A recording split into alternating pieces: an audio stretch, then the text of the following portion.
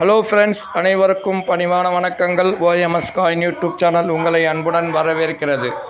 Friends, இன்றைக்கி சொல்ல போகிறது வந்து நிக்கல் காயினு 1/2 நிக்கல் காயினு. நல்லா கவனமாக வீடியோ பாருங்கள், கவனமாக கேளுங்க நான் என்ன சொல்கிறதுன்னு.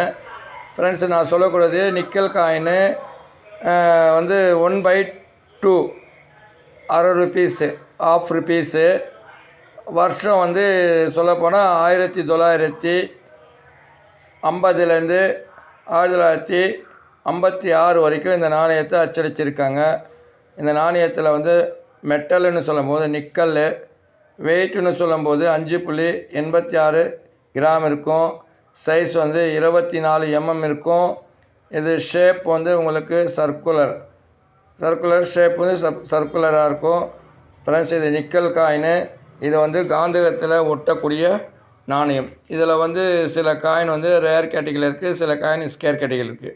இப்போ 1950 பாம்பே மின்ட் வந்து உங்களுக்கு வந்து ஸ்கேர் கேட்டகரியில் இருக்குது. அதோட வேல்யூன்னு சொல்லும்போது உங்களுக்கு ஃபைன் கண்டிஷனில் 25 ரூபா இருக்குது, வெரி ஃபைன் கண்டிஷனில் 50 ரூபா இருக்குது, எக்ஸப்பில் 75 ரூபா இருக்குது, யூஎன்சியில் உங்களுக்கு 1000 ரூபா இருக்குது. Friends, UNC. அடுத்தது சொல்லப்போனால் 1950 கல்கட்டா மின்ட்டு.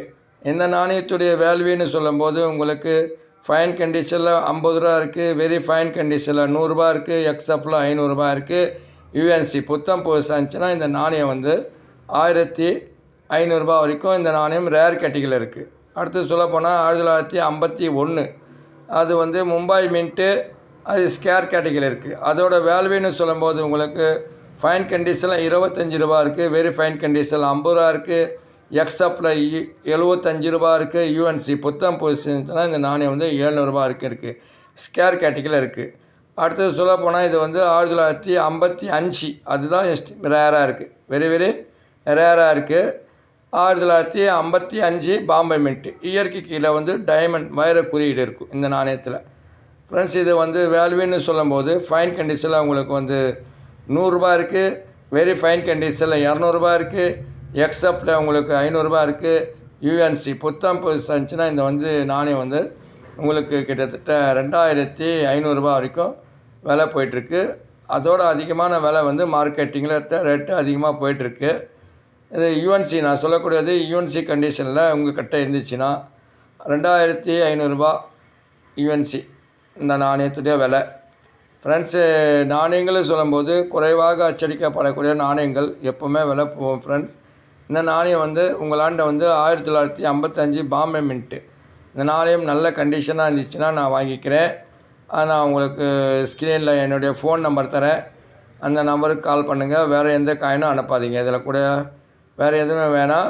என்கிட்ட வேறு எல்லா காயினும் இருக்குது. 1955 பாம்பே மின்ட்டு தான் இல்லை. இந்த நாணயம் உங்களிடம் இருந்துச்சுன்னா எனக்கு ஃபோன் பண்ணுங்கள். 1955 பாம்பே மின்ட்டு. பாம்பே மின்ட்டுன்னு சொன்னால் இயற்கை கீழே சின்ன புள்ளி கொடுத்துருப்பாங்க, வைர குழடி கொடுத்துருப்பாங்க. இந்த நாணயம் உங்களிடம் இருந்துச்சுன்னா எனக்கு ஃபோன் பண்ணலாம். ஃப்ரெண்ட்ஸு, இந்த வீடியோ பார்த்துட்ருக்கிற நல்லுள்ளங்கள் தயவுசெய்து லைக் பண்ணுங்கள். ஃப்ரெண்ட்ஸ், லைக் பண்ணுங்கள், சப்ஸ்கிரைப் பண்ணுங்கள், ஷேர் பண்ணுங்கள், கமெண்ட் பண்ணுங்கள், பெல் பட்டன் அழுத்துங்க. நான் போகிற வீடியோ உங்களுக்கு நோட்டிஃபிகேஷன் கிடைக்கும். ஓகே, நன்றி ஃப்ரெண்ட்ஸ், நன்றி, வணக்கம்.